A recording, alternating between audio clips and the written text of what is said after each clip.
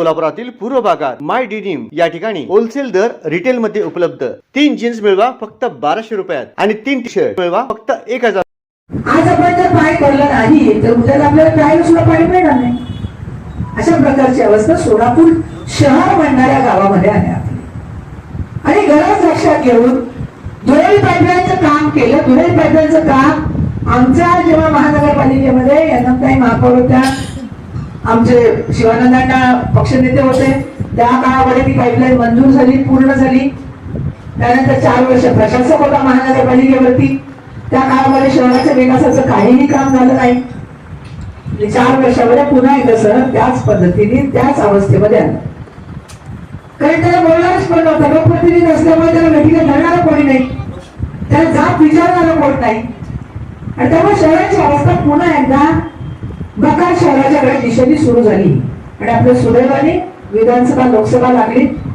लोकसभेमध्ये दुर्दैवाने आपला खासदार नव्हता, आपण निवडून देऊ शकलो नाही आणि मला लोकांचं आश्चर्य वाटतं की पुन्हा एकदा ज्यांनी आपल्या मतदारसंघामध्ये काम केलेलं नाही अशाच खासदार आपल्याच आमदार तिकडे खासदार झाल्या।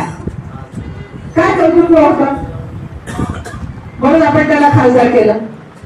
आपल्या लोकांनी पण मतं दिली ना त्यांना, त्याशिवाय तर त्या खासदार नाही ना झाल्या।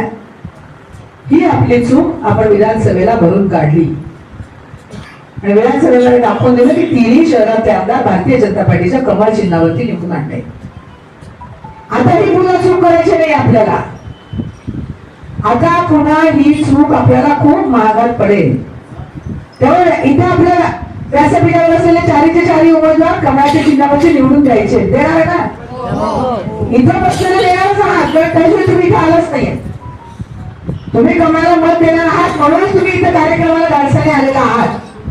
परंतु उद्यापासून आपली काय जबाबदारी आहे? उद्यापासून आपण प्रत्येक जण एकमेकांच्या आपल्या प्रभागातले जे लोक आहेत, आपले नातेवाईक आहेत, ओळखीचे आहेत, आपल्या मुलांचे मित्र असतील, आपल्या नोकरी ठिकाणी काम करणारे लोक असतील, त्यांना सगळ्यांना जाऊन भेटायचं आहे। दररोज 10 जणांपर्यंत जाणवली की नाही? 10 मिनिटं 10 मिनिटं किती वेळ लागेल? 1 तास 2 तास लागतील। कामाला जायच्या आधी 1 तासभर आणि कामावर आल्यावर 1 तासभर। संध्याकाळी आपण रोज कट्ट्यावर गप्पा मारत बसण्यापेक्षा आपण जर त्यांच्याकडे गेलो त्यांना सांगितलं की हे उमेदवार निवडून येणं का गरजेचं आहे। आता मी शिवानंदाच्या मोबाईल मध्ये फोटो बघत होते, आपला प्रचार चालू होता आणि मागं गटारीचं पाणी वाहत होतं। ही अवस्था आपल्या प्रभागाची आजही आहे त्या भागामध्ये। हे जर आपल्याला थांबवायचं असेल, हा जर विकास करायचा असेल तर आपल्याला 4चे 4 उमेदवार कमळाच्या चिन्हावरचे निवडून दिले पाहिजे। आणि जेव्हा आम्ही तुमच्याकडे मत मागायला येतो तेव्हा रिकाम्या हाताने आलेलो नाहीये, आम्ही आधी केलं आणि मग तुमच्याकडे मत मागायला आलेलो आहे। केंद्रामध्ये 14 साली मोदीजींचं सरकार आलं, 11 वर्ष झाले, 12 वर्ष सुरू झालं। 70 वर्षाच्या राज्यामध्ये केंद्र आणि राज्यामध्ये काँग्रेसचं शासन होतं। 70 वर्षामध्ये आपल्याला सुविधा मिळाल्या होत्या का? जर मागे म्हणून बघितलं तर इथे काही मुजुर्ग मंडळी आहे। 70 वर्षाच्या काळामध्ये या योजना तुमच्यापर्यंत आलेल्या होत्या का? तुम्हाला कधी बँकेचं अकाउंट 0 पैशामध्ये मिळालं होतं का? काढून नव्हतं मिळालं। तुमच्या अकाउंट वरती तुमच्या विम्याचे पैसे किंवा अकाउंट वरती गव्हर्नमेंटचे पैसे लागले, ते तुम्हाला मिळाले होते का? नव्हते मिळाले।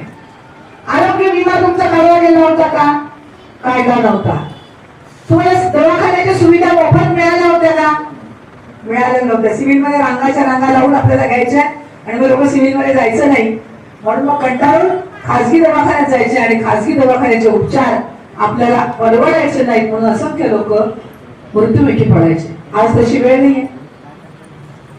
आयुष्यमान भारत कार्डाच्या माध्यमातून 5 लाख रुपयापर्यंतचा आपल्याला कोणतंही ऑपरेशन असेल, कोणत्याही आजाराचा खर्च असेल तो आपल्याला मोफत मिळतो। शिवाय महात्मा फुले योजनेतून कुठलेही ऑपरेशन असू दे, किती खर्चाचे असू दे, ते आपल्याला मोफत केलं जातं आणि त्याला कार्डाची अट नाहीये। केशरी कार्ड असेल, आपल्याकडे सगळ्यांकडे केशरी कार्ड आहे की नाही? केशरी कार्ड आहे ना सगळ्यांकडे? हो म्हणा किंवा त्या कार्डावरती तुम्हाला महात्मा फुले योजनेचं सगळं मोफत मिळतं, मिळतं ना? त्याचा लाभ घेतला नसेल आपण, ती वेळ आपल्यावर येऊ नये, परमेश्वराने ती वेळ आणू नये, पण आलीच तर तुम्हाला स्वतःच्या खिशाला हात लावावा लागत नाही.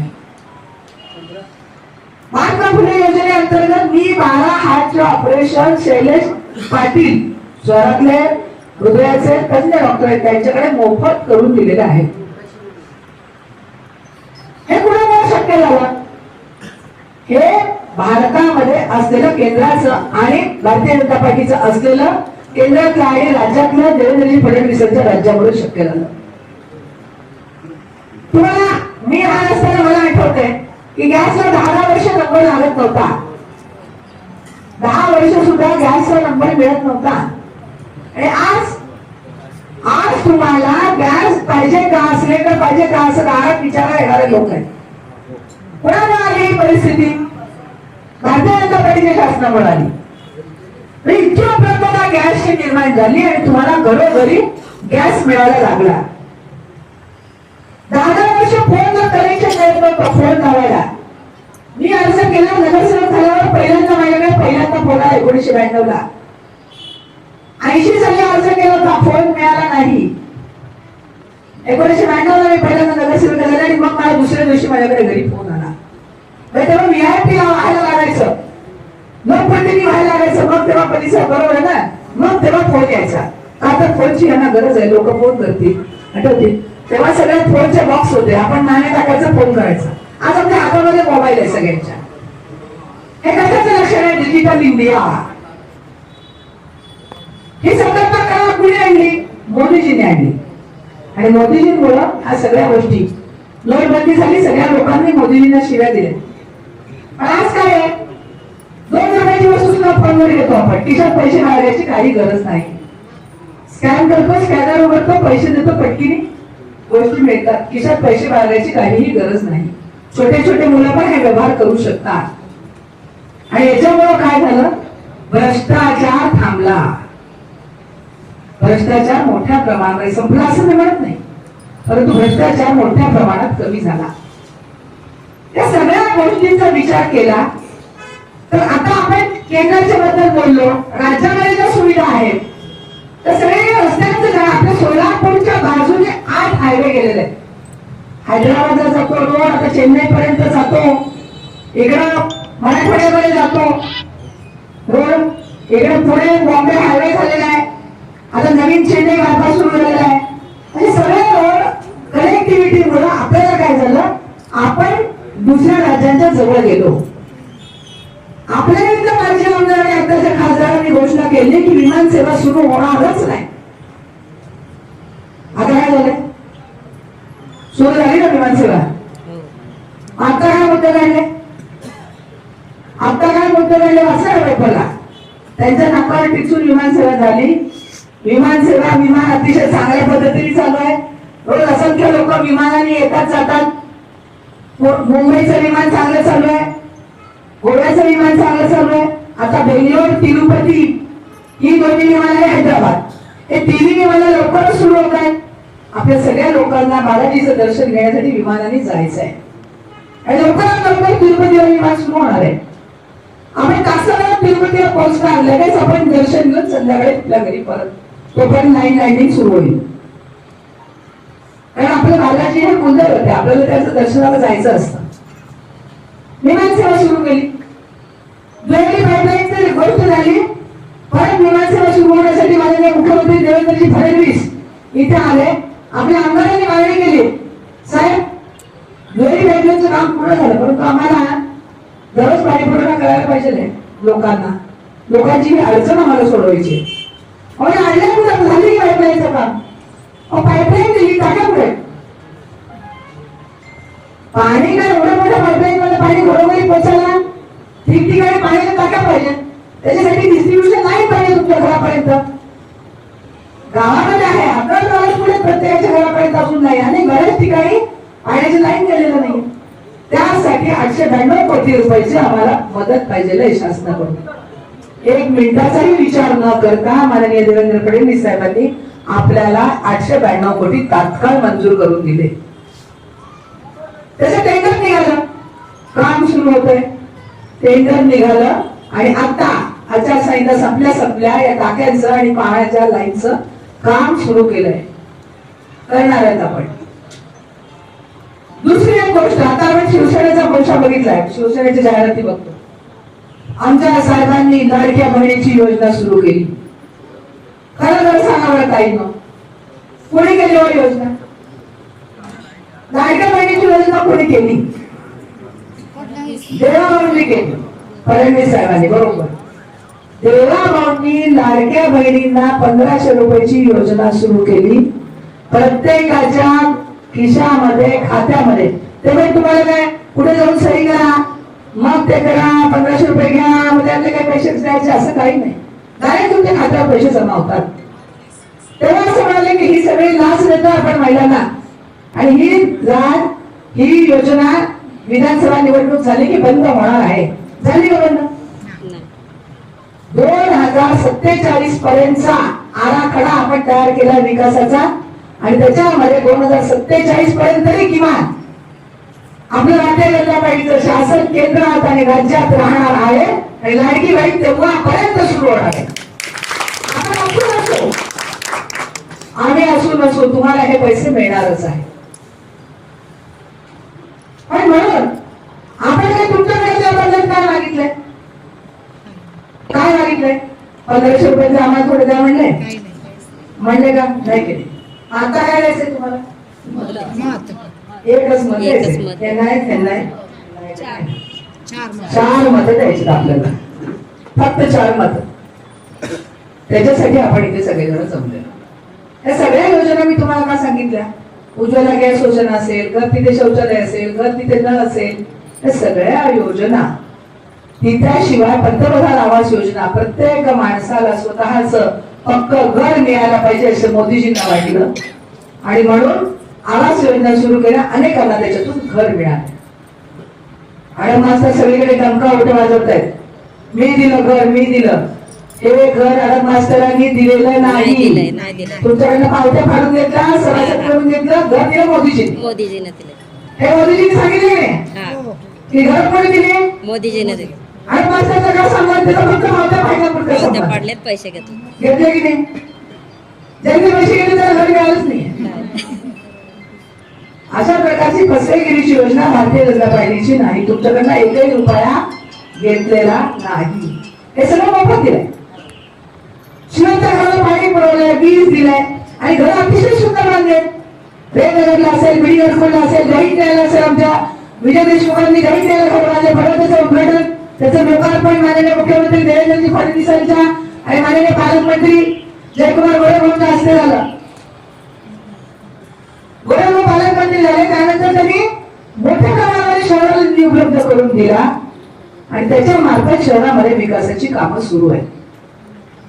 हे सगळं करत असताना हे जे आमचे सगळे नगरसेवक होणार आहेत, उद्या त्याची 2 नगरसेवक आणि उद्या होणार 2 नगरसेवक, ज्या ज्या अडचणी तुम्हाला येणार आहेत त्या त्या अडचणी तुमच्यापर्यंत येऊन जमिनीवर असलेले नगरसेवक आहेत.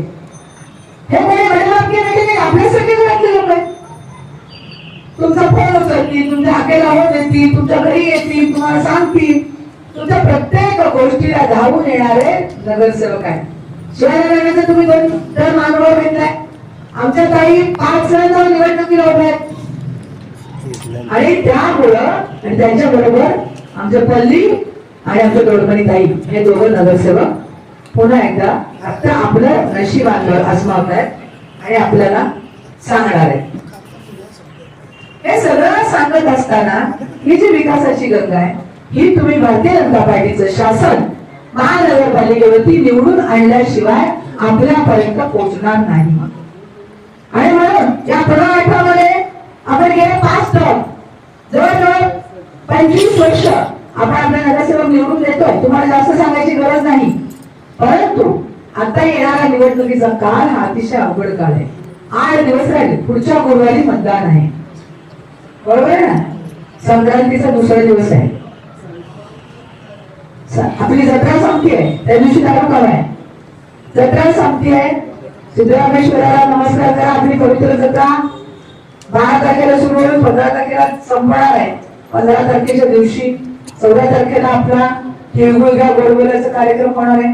एकमेकांच्या घरी जा, सगळ्यांना सांगा तिळगुळ देताना उद्या मतदानाला या, मतदान कुणाला करायचंय, उद्याला कमळाला मतदान करायचंय. तुम्हाला उमेदवारांची नावं माहित असू देत नसू देत, शहरामध्ये 102 ठिकाणी कमळ आहे. भारतीय जनता पार्टीने शहरातल्या प्रत्येक भागामध्ये दुसरं कुठलं चिन्ह नाही, आमचा उमेदवार कमळच आहे. उमेदवार काय म्हणायचं कारण नाही, आमचा उमेदवार कोण आहे, आमचा उमेदवार कमळ. आणि कमळाच्या चिन्हाच्या समोरचं बटन दाबायचं आपल्याला. शहरात तुमचे सगळे नातेवाईकांना सांगा, शहरात तुमचे कुठे कुठे नातेवाईक असतील, मित्रमंडळी असतील, स्नेही असतील, मुलांचे मित्र असतील, मुलींचे मित्र मैत्रिणी असतील, त्या सगळ्यांना सांगा.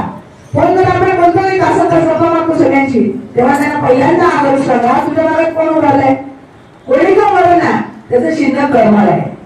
त्या कमळाच्या चिन्हासमोरचं बटन दाबायचं 15 तारखेला तुम्ही.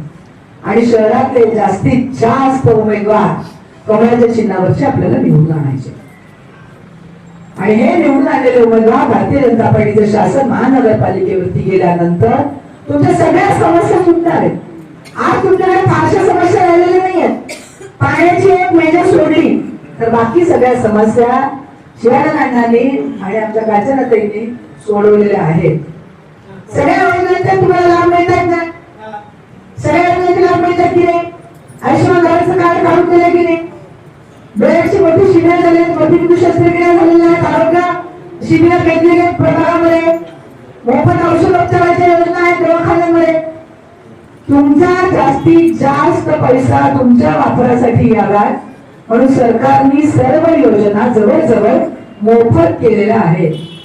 कोविडमध्ये तुम्हाला लस मोफत दिली, अमेरिकेसारख्या शहरामध्ये सुद्धा आपण मोफत लस दिली. 130 कोटी लोकांना मोफत लस देणं हे सोपी गोष्ट नाही. तरी पण सरकारने हा खर्च सोसला आणि आपले जीव वाचवले. आणि आपण लस घेतली, आपण त्यामुळे जिवंत राहिलो आणि आज आपण एकमेकांना दिसतोय.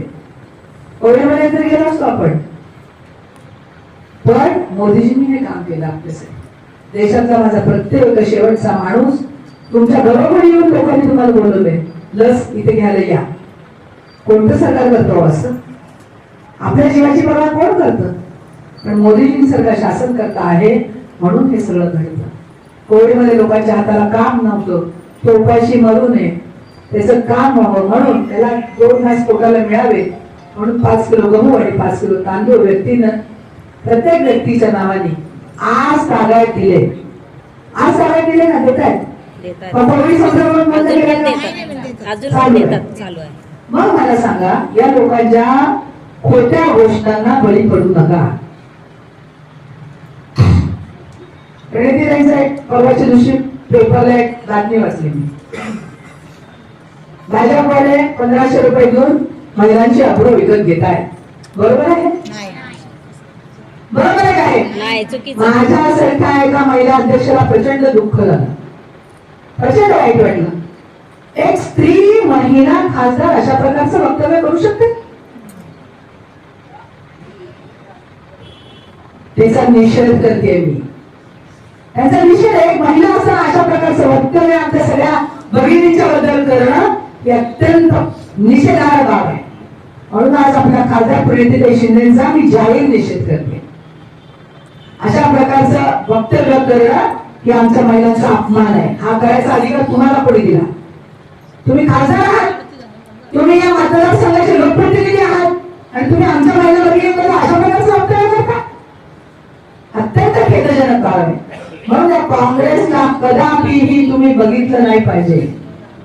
आणि आपल्या समोरचे उमेदवार कोण आहेत याचा आपल्याला काही देणं घेणं नाही. आपले उमेदवार 4ही कमळाचे चिन्ह घेऊन उभे आहेत. त्यांना येणाऱ्या 15 तारखेला तुम्ही सण संक्रांत 14 तारखेला तरीही आपली संक्रांत सप्तमीपर्यंत चालते. तुम्ही जगाला नमस्कार करा, सिद्धरामेश्वराच्या पाया पडा आणि सांगा की मी ज्या उमेदवाराला मत द्यायला चालली आहे तो माझा उमेदवार सिद्धरामेश्वरा निवडून येऊ दे. माझ्या सोलापूर शहराचं भलं करण्यासाठी मी माझं पवित्र मत कमळाला देते, मला यश येऊ दे. अशा प्रकारची सिद्धरामेश्वराच्या चरणी प्रार्थना करा. आपले उमेदवार निवडून येणारच आहे असा विश्वास बाळगा. तुम्हाला काहीही कोणी सांगितलं तरी त्याचं ऐकायचं नाहीये. सगळ्यांनी मिळून आपल्या उमेदवाराला 100% मतदान करावं अशा प्रकारची विनंती मी तुम्हाला सगळ्यांना करते. आणि पुन्हा एकदा तुम्हाला विनंती करते की हे जे आपल्याकडे मशीन्स आहेत, दोन प्रकारचे दोन मशीन आहेत, महिलांची वेगळी आणि पुरुषांची वेगळी. अशा एका मशीनवर दोन उमेदवार आहेत. त्यामुळे दोन उमेदवार तुम्हाला दोन उमेदवारांना मतं द्यायची आहे. 1 2 3 4 1 2 3 आणि 4 आणि प्रत्येकाची संख्या दिलेली आहे. तुमच्या या पॅम्पलेटवरती खरं म्हणजे नंबर बघायची काही गरजच नाही आहे. तुम्हाला कमळचं चिन्ह दिसतच आहे. किती नंबरवर बघायचं काही कारण नाही. तरी पण तुम्हाला सांगते, कांचनाताईंचं नाव अ मध्ये 2 नंबरवर आहे, दोडमणीताईंचं ब मध्ये 2 नंबरवर आहे, पल्लीचं नाव 2 नंबरवर आहे आणि पाटलांचं नाव 4 नंबरवर आहे. हे नंबर तुमच्या लक्षात राहिले तर उत्तम, ते बघून करा. नाहीतर कमळ दिसलं की बटन दाबायचं आहे. हे चिन्ह दिसतच आहे आपल्याला. आपण अनेक वर्ष झाले मतदान करतोय. त्यामुळे या चिन्हाचे समोरचं बटन दाबून चारही उमेदवारांना तो भरघोस मताने निवडून देण्याचा जो संकल्प केलेला आहे, जो पाय केलेला आहे, जो निर्धार केलेला आहे, तो पाहण्यासाठी येणाऱ्या 15 तारखेला चारही उमेदवारांना प्रचंड बहुमताने निवडून द्यावं. आणि तुमच्या उमेदवार निवडून देण्यात आल्यानंतर याच कार्यालयामध्ये यांचे सगळ्यांचे सत्कार करायला आपण सगळ्यांना परत जमूया असे माझ्या बंधूंना आणि लाडक्या बहिणीला विनंती करते. धन्यवाद. जय हिंद, जय महाराष्ट्र. आज प्रभाग क्रमांक 18 यांच्या प्रचार कार्यालयाचं उद्घाटन झालं.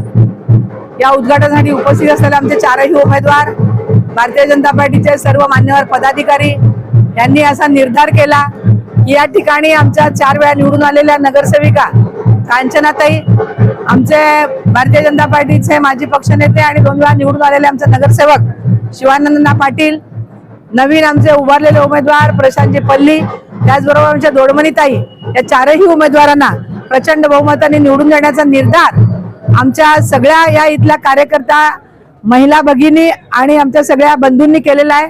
देवेंद्रदादांनी इथे केलेली विकास कामं, त्याचबरोबर येणारी होणारी कामं आणि महानगरपालिकेच्या माध्यमातून माननीय देवेंद्र भाऊ आमचे मुख्यमंत्री, त्यांनी जी विकासाची गंगा, त्याचबरोबर मोदीजींच्या ज्या योजना, या सगळ्या सोलापूर शहरामध्ये या आमच्या सगळ्या नगरसेवकांनी पोहोचवलेल्या आहेत. कार्यकर्त्यांच्या माध्यमातून या सगळ्या योजना पोहोचवलेल्या आहेत आणि यांच्या बळावरच हे आमचे चारही उमेदवार या ठिकाणी निवडून येणार आहेत असा मला विश्वास वाटतो आणि यांना निवडून येण्यासाठी खूप खूप शुभेच्छा. धन्यवाद. साहेब थोड्या उशिरा आले, त्यांचा सत्कार शिवानंद पाटील यांनी करावा अशी मी त्यांना विनंती करतो. युवा मोर्चाचे अध्यक्ष